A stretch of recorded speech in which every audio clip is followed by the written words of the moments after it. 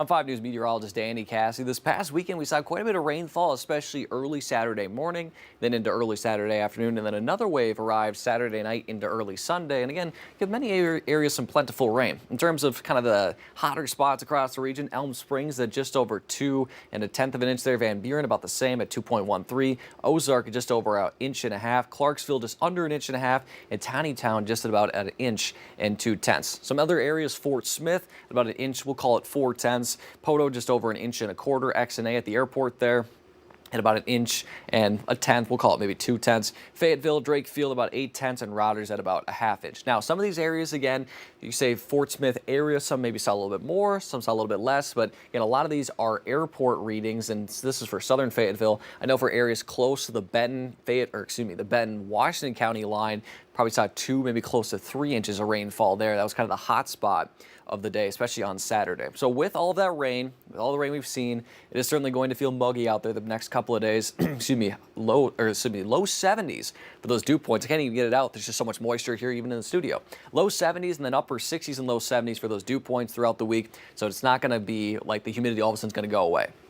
Now, with the kind of behavior of these showers and storms, we're not expecting as high of a maybe potential some localized ponding on some roads today, but with the nature of it being kind of a stationary front, just noted just off to our northwest, you kind of see where it kind of cuts off here. That's where the stationary front is. So with the behavior of this, some areas could see kind of repeated rounds of showers and storms. Some areas might not see any rain at all, but those that do could see maybe some heavier rain. That could lead to some localized ponding, but it's the lowest risk, only a 1 out of 4. For tomorrow, we're not expecting it at all. I think any rain that does move through will be more fast moving as that front eventually moves off to the east. Then for Wednesday, it'll be very isolated rain, mainly during the afternoon hours, and again, not expecting any of that flash flood risk. So we'll fast forward to kind of this afternoon. We'll see what we're expecting here as we go throughout the day today. This morning, seeing a little bit of some showers and maybe some isolated rumbles of thunder, especially in northwest Arkansas and far southern portions of the River Valley, especially south of I-40. But as we go into the afternoon, I expect that coverage to increase, especially we'll be looking at kind of to the southwest. There's a little bit more activity in Texas this morning. We'll see how much of that arrives in the southern portion of the River Valley later this afternoon. Then in the evening, we'll continue to see that shower and storm chance. I do expect this coverage to be a little bit more expansive than Futurecast is showing, especially in kind of that line fashion. You see it's kind of mapping out to be like that, but I think it'll be a little bit more, again, expansive in that coverage. Then as we head to the night hours, here's 10 o'clock.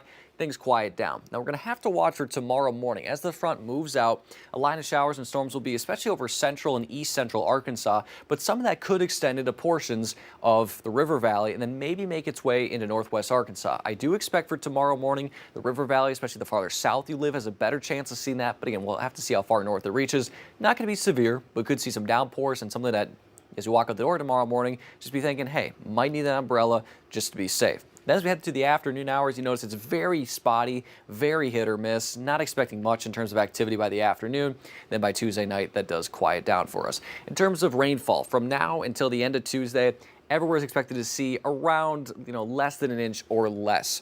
I said that twice, less than an inch. Some areas maybe could see close to that inch range. We get kind of that repeated round of showers and storms. You kind of see these lines marked out. Again, it's not exact areas, but that's kind of what the idea is that some areas could see that kind of inch line of rain, and then everywhere else sees maybe a half inch at best or less. So it's going to be very spotty. Some areas are going to be like, Danny, it was raining like cats and dogs out there. And other areas are going to be like, Danny, it didn't rain at all. That's just kind of the behavior of these showers and storms. So overall today, high temperatures will be in the mid-80s with that scattering storm chance, especially during the late morning into the afternoon hours. Then for tonight, low temperatures in the upper 60s and low 70s. We're quiet. Maybe an isolated storm late during the overnight hours, be mainly during early Tuesday morning. Then for tomorrow, we'll have that scattered storm chance once again. Primarily, it looks like during the morning hours. Can't rule out a spotty storm during the afternoon, but it should be primarily during the morning hours. High temperatures in the upper 80s in northwest Arkansas and upper 80s and low 90s in the River Valley. So beyond tomorrow, things really start to diminish, especially really after Tuesday afternoon. Things really start to diminish. An isolated chance for us on Wednesday, very spotty on Thursday. Friday, not expecting it at all. And Saturday, very spotty as well. We kind of get this ridge pattern building that builds underneath. And what that means is that it's very high, or very hot, and very dry conditions. It's going to be high heat, but very hot and dry conditions. So you can see the heat is slowly going to be building up. Today, many areas are going to stay below 95. That feels like many areas could say below 90, especially with the cloud cover, but with the humidity, it's still going to feel pretty sticky. Tomorrow, maybe about 90 to 95. Some areas could get close to 100, if not hit 100 in the River Valley. Wednesday, though, starting to get a little bit higher, about 92 to 102.